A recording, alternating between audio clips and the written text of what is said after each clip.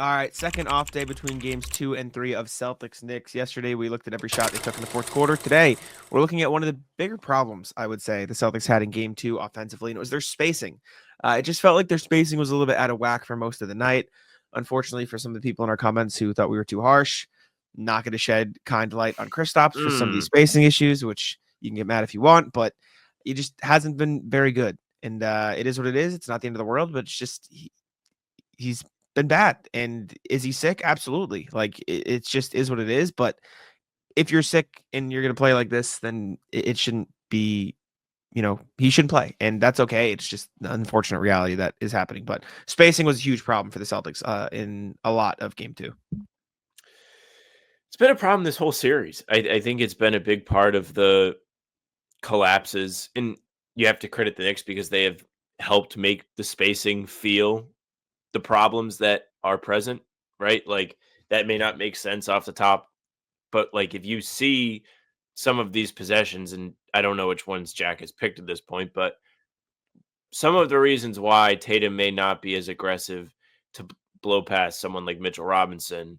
is because OG and Mikal Bridges are waiting, probably one on either side of him, ready to collapse in and play help defense and just be absolute pests. And that plays a factor. And when the 3-pointers aren't going in the way they haven't gone in, 25% is far below what they've shot in the regular season. It makes it a lot easier for New York to commit to making the spacing feel as much of an issue as it is. And they've got to make the threes. Like that is probably the number one fix. Granted, the literal structural spacing is bad too, but New York has done a really good job That's of what making it felt. yeah, that's what I'm going to more look at. Like the spacing, what Sam is talking about, where the guys are in the corners and the guys help in, that is unavoidable, right? That is literally as far as you can possibly space out to the side when you have five Correct. people on a court. The clips we're about to show you are avoidable spacing problems. And we're going to show you the difference between, at least our opinion. If you disagree, you can disagree. Everyone is entitled to their own opinion and everything. But what we view as good spacing and bad spacing. So let's take a look at some of the spacing problems in game 2 for the Celtics. So first one here. So inside baseball, right before this, Kristaps Porzingis screen for Jason Tatum. So they switched the matchups. Kristaps screen for Tatum, OG Anunoby, followed Kristaps Porzingis, Mitchell Robinson on Jason Tatum. Immediately a win because you have Tatum on a big. But then they immediately switch that, and Pritchard sets a screen or tries to set a screen. And the goal of this is now Mitchell Robinson is not in the paint. Like Mitchell Robinson is no longer able to protect the paint. He's no longer able to contest layups. And even though he avoided, getting screened, he is now out of the play. Tatum got by him and got Brunson too. So a little bit before this, you can see Kristaps right here sealing OG Anunoby. Sealed him off, ready for him to drive. And here, Kristaps goes to the dunker spot. In this case, and I tweeted this example out, you either have to hold the seal long enough for Tatum to make his drive or get to the dunker spot earlier or even a little later to where the pass will be easy. And listen, somebody commented on Twitter, Tatum made a bad read here. Look at Miles McBride help over, find Derek White. Yes, correct. Sure. I don't think Tatum made the best read here. And could this pass have still worked? Tatum could have thrown a better pass. Absolutely. But the point is, like, you're clogging the lane by, like, if Porzingis had just held the seal, Tatum could have gotten a dunk or a kick out to Jalen. And if he had gone to the dunker at a different time where it's not awkward for Tatum because OG is contesting now, it would have worked. Like, it's just awkward timing and spacing. Like, two things can be true. Tatum did not make a good read here. He could have kicked out to Derek White, absolutely, and he could have thrown a better pass. But at the same time, like, it's still awkward in the way that the play unfolded. Yeah, and there's also a layer to this where it feels like Porzingis might feel like he should be getting the ball, and he's trying to hold his position as long as he possibly can. And then he realizes the play's not for him, and he's like, "Oh man, I got to get out of the way! Scramble, scramble, scramble!" And then we see what we just saw. This is an opportunity for them to get not only a good look, but a momentum type play. An alley-oop dunk is something that'll put a charge in the building. At this point of the game, the Celtics have given up a 5-0 run.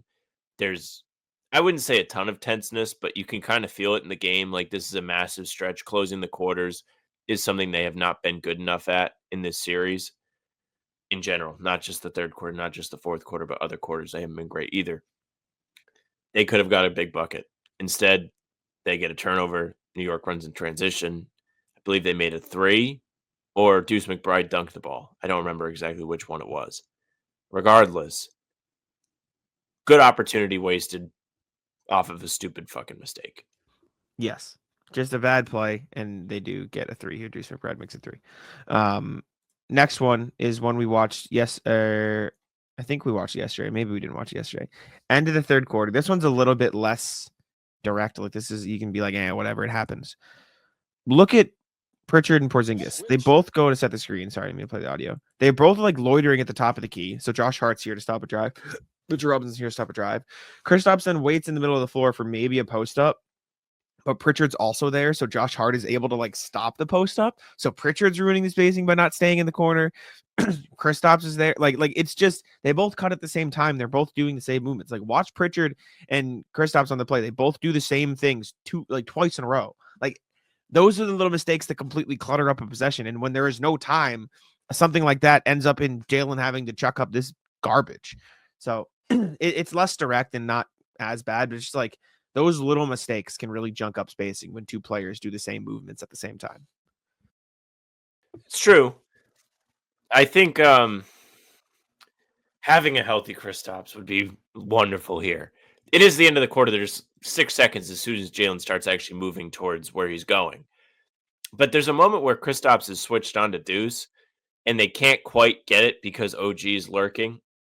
I don't think that's a spacing issue And Josh on the Hart. Tatum part of it. Well, I'm talking about Josh Hart because Pritchard is cutting. If Pritchard just goes to the corner, Josh Hart isn't going to help over. And if he does, he can have a pass at the corner. Pritchard's in Nowheresville. This isn't Kristaps' fault. That's true as well. It's Pritchard's fault. It's why maybe they're trying to post up on the right block really hard. But I'm looking at it in the freeze frame where Jalen has the ball, and it looks like he could probably throw a bounce pass when it's in his left hand to hit him, but Anunoby's too close. Regardless, the paint is packed. Pritchard ruins the ounce of spacing that they could have by trying to cut there, and then they end up with a tough shot at the end of the quarter.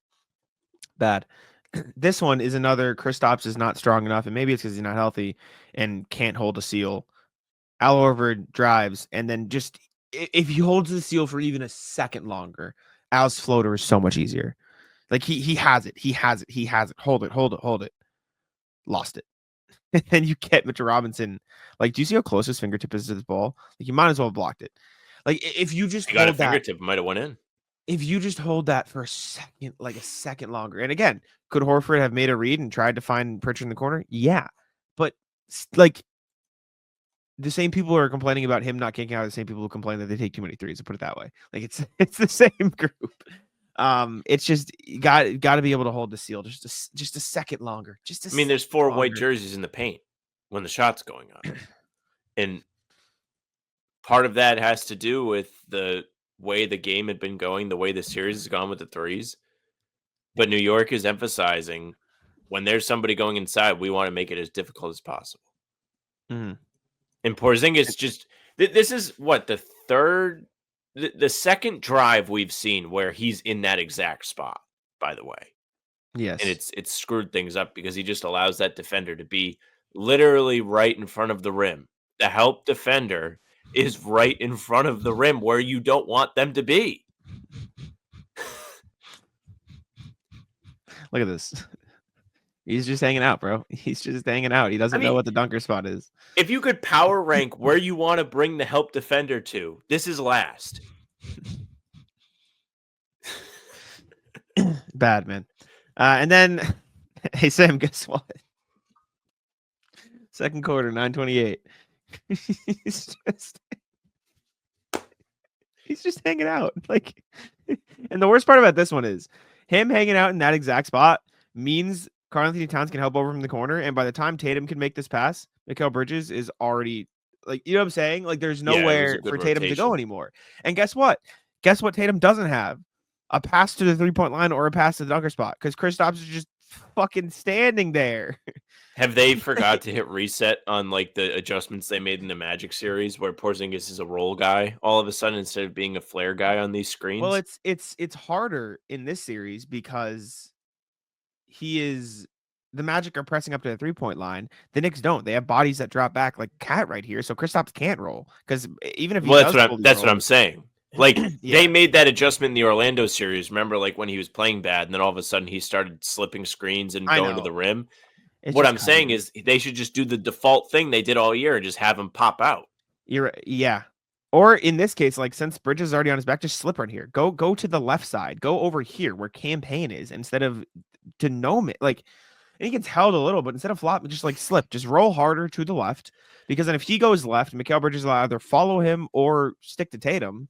And Tatum can just dump it into Kristaps and Al Horford can cut off the ball or get an open corner three. Like he's just not spacing in the correct places. He's like, look at this. I'm gonna go to 3 different spacings, and you're gonna see Kristaps just in the middle of nowhere. Look at this. 1, 2, It hasn't. Oh, there it goes.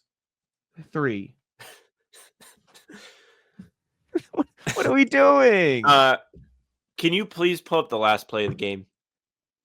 Yeah. Sure. I think there's a spacing issue on that too. I could be wrong. Yeah, let me find it. Last play of the game. Let's see. Tab. It's just like, listen, and people are like, we're harsh on him or he's sick, or I forget exactly what the comments were on today's video, but like at that point, you can't be playing in the playoffs. Like these games are too high stakes to waste possessions like this, where the spacing is just so clearly and consistently out of whack. And it just can't be a thing anymore. Like it is no longer an acceptable, like, oh, he's just working through it. Like you can't afford that at this point in time. Porzingis isn't even on the floor for this. So like the spacing Celtics just had general spacing issues. But like, yeah, Al Horford is in the Porzingis role. He's just hanging out, man. He couldn't get out quick enough. And he also does get yoinked a little, but not that matters. Where's the last 2-minute reporter on this one? That's why they end up having Tatum get trapped. He's in the Porzingis spot. Bro, look at this. Look at this Celtics spacing. There, if you draw a line right above Tatum, 4 Celtics jerseys in the paint. I also don't really understand. I understand it in the sense that you just ran this play and it worked. But why is Derek in that spot? This is not the same play. Also, for the people blaming Joe, correct. Right here, timeout. Call a timeout. This like right here. Correct. Right here, call a timeout. Because it's not the same play. Like Joe is like, it's the same play as the driving dunk. It's not. It's not even close to the same play. They tried to get it to work that way, but it didn't. And you're right. Once you saw it didn't work, call a timeout. Well, the difference, they don't even have the driving dunk. I'd have to watch the whole game, and maybe I will because I can. But like at that point, call a timeout because something didn't work, and you need to figure something out and there's plenty of time. There's 5-6 seconds left, and you can absolutely draw something up in that span. Like I go here, I can go to the dunk, and then the final play of the game. Well, you timed it pretty perfect. Is this the dunk right here? Is this going to be the last play? This is it. If it plays, it's still a timeout. All right, we got to see the dunk. Unless I missed the dunk because I fast forwarded too much. No, nope. You got it. This is it right here. So they press up here. Miles and Pratt, OG Anunoby both in the backcourt. Tatum drives all the way down. Okay, so the screen is high. The screen is at half court. This also isn't even close to the same play. There are 2 people above Jason Tatum and 2 people below Jason Tatum, right? Like, so then they get going, and then the spacing sticks in the corner. The screen is high up on the floor. Derek White is dragging his defender to the top corner of half court. And then Jason Tatum is able to drive because Mitchell Robinson doesn't have time to switch. They set the screen high there, like you said, and he has time to split the defenders. You fast forward to what happened after that. Obviously a timeout and stuff, so I'm going to have to rewind or fast forward and get through Brunson's free throws and everything. I can go 60 seconds here. Well, that's too far, clearly. But like, look, right? You get to this point. They try to run the same thing. And Derek cuts through. That's the first thing. The screen doesn't work. Derek cuts through, yes, but replace Derek and Drew because Drew is up top. Okay. Like Drew is in the Derek role. You know what I'm saying? So he is effectively doing it him. But he also cuts all the way down instead of staying at the top of the key.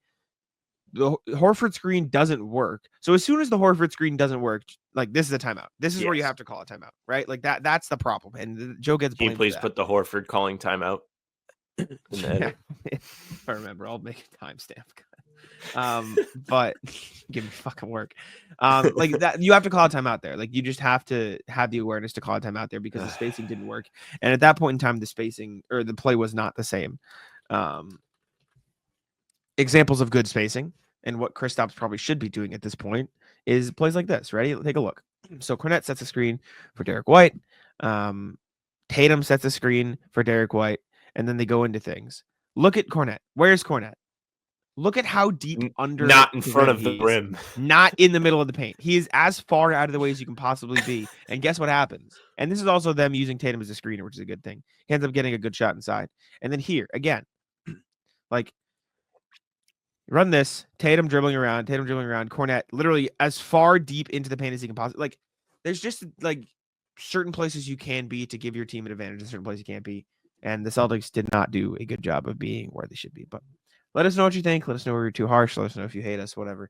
Appreciate y'all for tuning in. Don't hate us. Make sure to leave a like and subscribe to How This There was a comment on the video from yesterday that was like, these guys stink or something like that. And they were talking about the Celtics, but I was like, what the hell, man? I was like, we didn't do anything. It's not our fault. But thank you very much for listening and watching. Make sure you leave a like, comment, subscribe, hit the bell. We're here every single day with new content. Full pods drop Tuesday, Thursday, Sunday. Game recaps are up the morning after each game. And other videos are up here in between to keep you up to date with all things Celtics. You can find the two of us streaming pregame live for a half hour before each tip-off too. So come hang out. It's a lot of fun. Don't miss it. You can find the two of us on Spotify and Apple too. All pods and recaps are up there. So if you just want those, go ahead and follow. They'll go right into your feed. Leave a 5-star review. Tell your friends. We would appreciate that very, very much. You can email us, hbtcpod@gmail.com. Our socials are at How About Them C's for Twitter, Instagram, and TikTok. Facebook's just the name of the podcast. All streams are there. They're on YouTube. They're on Twitter. Jack's Twitter's at JacksMonNBA. Mine's at Sam LaFrance NBA. That's it for us. Tic-tac-toe.